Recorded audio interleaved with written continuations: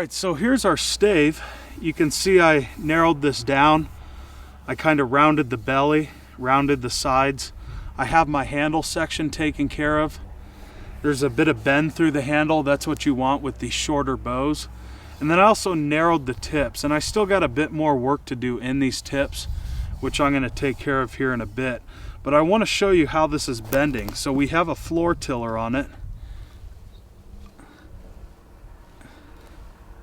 So you can see the bend is right in through here. And I need to remove a bit more mass in these tips. Get these tips bending a bit more. So once again, that's the one limb. And then flip it over and here's the other.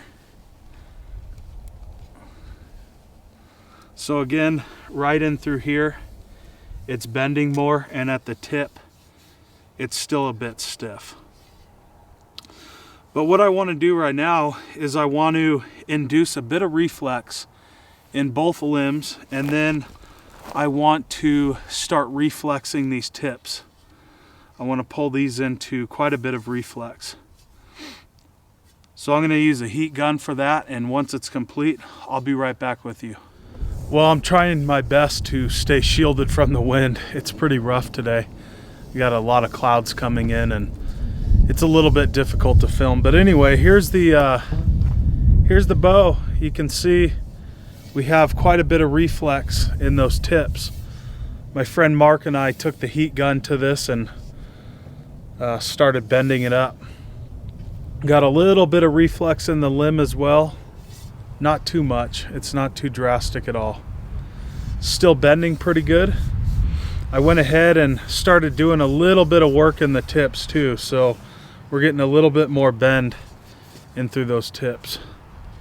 But what I want to do right now is I want to carve in my nocks. So what I do is I just take a file and I measure about a 1/2 inch down, and I'll just create small pin nocks on this bow.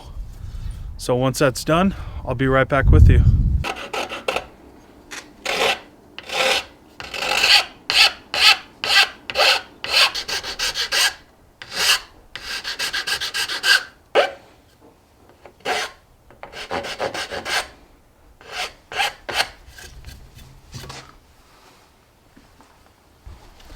And here we are.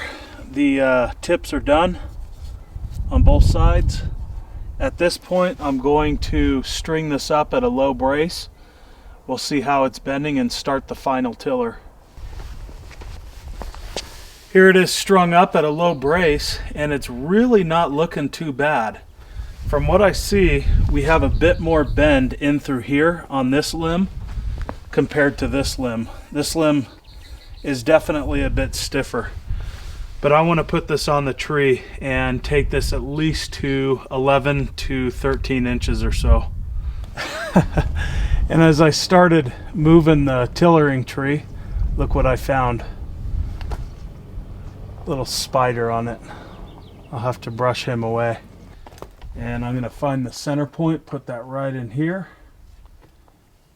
And we'll start flexing this until I get to 15 inches.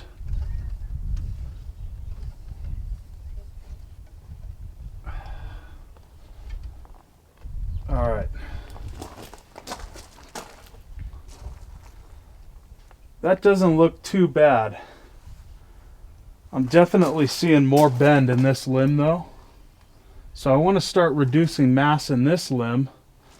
And the area that I'm going to focus on is right in through here. Right here. So you can see that this part is bending a lot more, and then right here is just a little bit stiff. But again, it's not too bad. No, that doesn't look too bad. Alright, so I want to get this thing out because I don't want to leave it in this groove. Otherwise I can induce a lot of string fall in this bow.